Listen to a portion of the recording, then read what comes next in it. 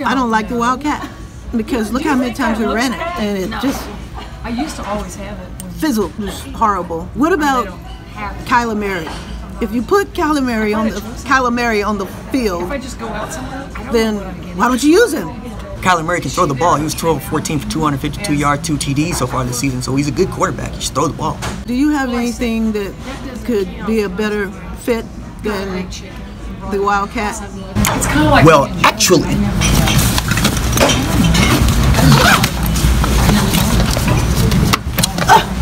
You carry a whiteboard around in your backpack all the time? yeah. And everybody? RJ, you're my son, and I love you, but that's weird. Just snap the damn ball, RJ. Now, I'm going to tell you why you should probably think about running diamond set formations when Kyler Murray's on the field. Check it out. I'm going to diagram some. Alright, Ma, so this is lead zone option out of the diamond formation, right? This is our 21 set with our 2-back tight end set, okay? Yep. So the reason we got zone blocking up front here, and we're reading the end on the initial mesh point here, okay? So if he crashes down, right, we're giving the ball to the running back, and that's a straight run play.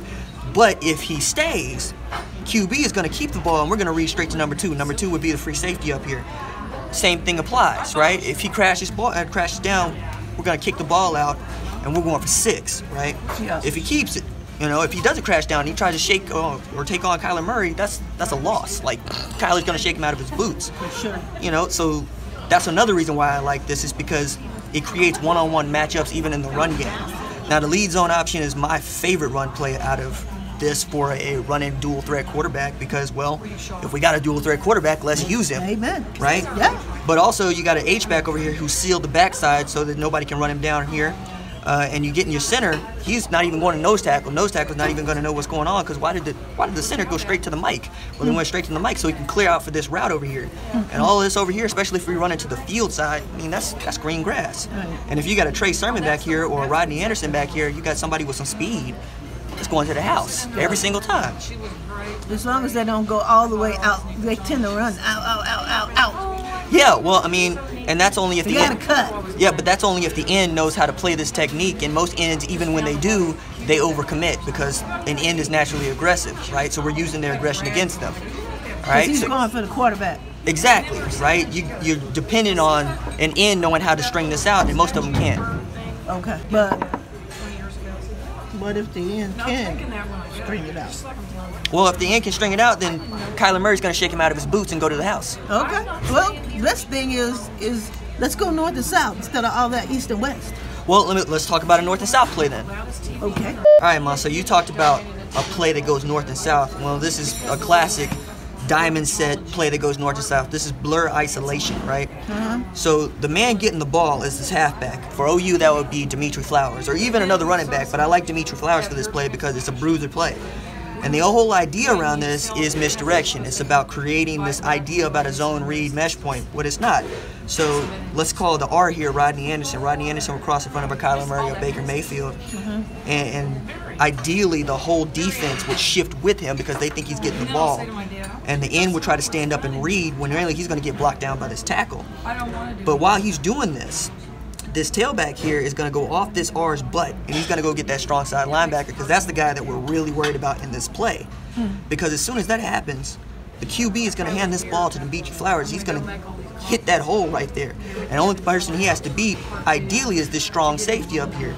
But if this X can get off his block, that's one thing. But the whole idea about this is just getting to the second level, right? Because if we get to the second level on this play, we've accomplished what we wanted to accomplish, right? So we'll take on a Dimitri Flowers versus strong safety. That's a big boy. Okay. But if we had a speedier back, we'd even take that too because the shake, wiggle, rattle, and let's roll. We're getting 6, right? Right. But I want to get to my favorite play out of this, the third play that we need to talk about, which is a pass play, and the whole reason that you should run diamond formation if you're an OU or you got a passing threat on the outside. Okay. Okay, now we're getting into pass plays, which is the whole reason to run any kind of diamond formation because you create one-on-one options on the outside and you create one-on-one in the middle of the field, right? So this is just outside ISO routes, right? So you're trying to isolate the corners one-on-one, and you're saying, my man is going to beat your man, right? So depending on whether or not you read zone or you read man or you read some sort of man zone coverage, cover one, cover three, cover two, right? Yeah. This becomes a hitch, this becomes a comeback, that's just a straight go route to run them off. But if this is a go route, right, and let's say you're running against cover one, you still have these men as delayed post routes, right? Delayed, this becomes an easy just 4 verticals, right? Where all you're going is, if you're a quarterback, you're running play action here, and then your tailback's gonna come up to block, right, to pick up any blitzer. And then it's just about, can you read coverages? And if you can read cover 1, cover 2, cover 3, this is an easy play. Somebody's open. It's about whether or not this man's gonna be able to catch it, that man's gonna be able to catch it, and then it's about whether or not we're getting 6, right? It's one of the reasons I love this formation, is because all of these men are gonna be focused in the box. They're all gonna be thinking run. So if you run, if you run that zone read, blur, ISO, or you run ISO, or you run power, they're already thinking about run. So as soon as you run play action, they bite. We're going deep. We're getting 6. And I guess Got it. Hey, it looks good. Okay, you convinced me.